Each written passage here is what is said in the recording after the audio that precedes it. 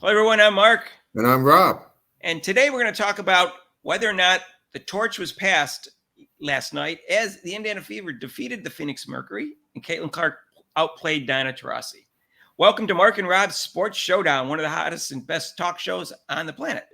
Hey, if you haven't subscribed yet, please do so and hit the notification bell when you do so you get notified of our next videos.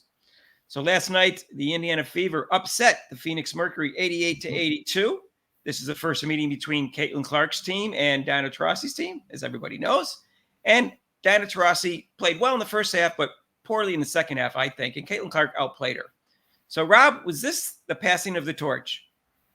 Well, I don't think it's a passing of the torch, but I think the torch is starting to run towards the end where it's going to be lit because, as you saw in the game, Caitlin played a very good game, almost a triple-double, and I think finally the veterans and people who have been watching with the WNBA for years that have been kind of doubting her or hating on her, their eyes are finally, I don't know what took them so long, their eyes are finally open, seeing what we've already seen, that she is going to be the person, that she's going to be the person of the league, the face of the league, I believe.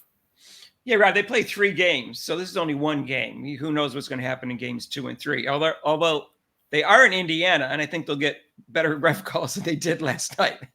But Rob, this reminds me, remember the 1996 Olympics? Most of our audience is a little older, and in the Olympics, and it was a big deal because of who was there. And Muhammad Ali was the final torch passer they passed. Yeah, they showed one person running, the next person running, Finally got to Muhammad Ali, and everybody went crazy. Yeah. And guess what? This is the beginning, like Rob said. It's been passed once, but it's not fully passed yet. But this is definitely a start. And Dinah Taurasi, I think, was aware of that, and I think that's why she was complimentary afterwards. She said, all right, I'm 42 years old. She's 22. I get it. And I don't know if it surprised her how good Clark was, but like I said, she's a student of the game. I think she was pretty well aware of it. And even if she wasn't, Sue Bird would have been in her ear. Hey, she's a great passer. She's a great passer. Right. You know what I mean? Right.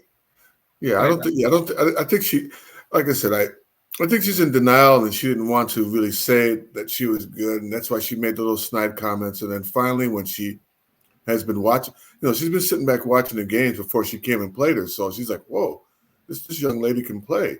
Okay, right. She's got game. Right. So now she's finally realizing that, I think.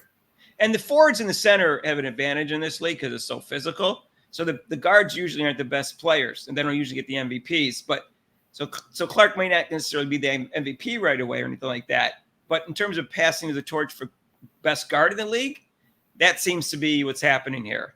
I don't think Clark is going to be the best guard in the league by the end of the year, but by next year or the year after, who knows? She's going to be the best guard in the league at some point, and I think she's going to be the best player in the league at some point. She's going to get an MVP at some point. Mm-hmm. Whether she's going to be the greatest player of all time, that remains to be seen. But we'll see.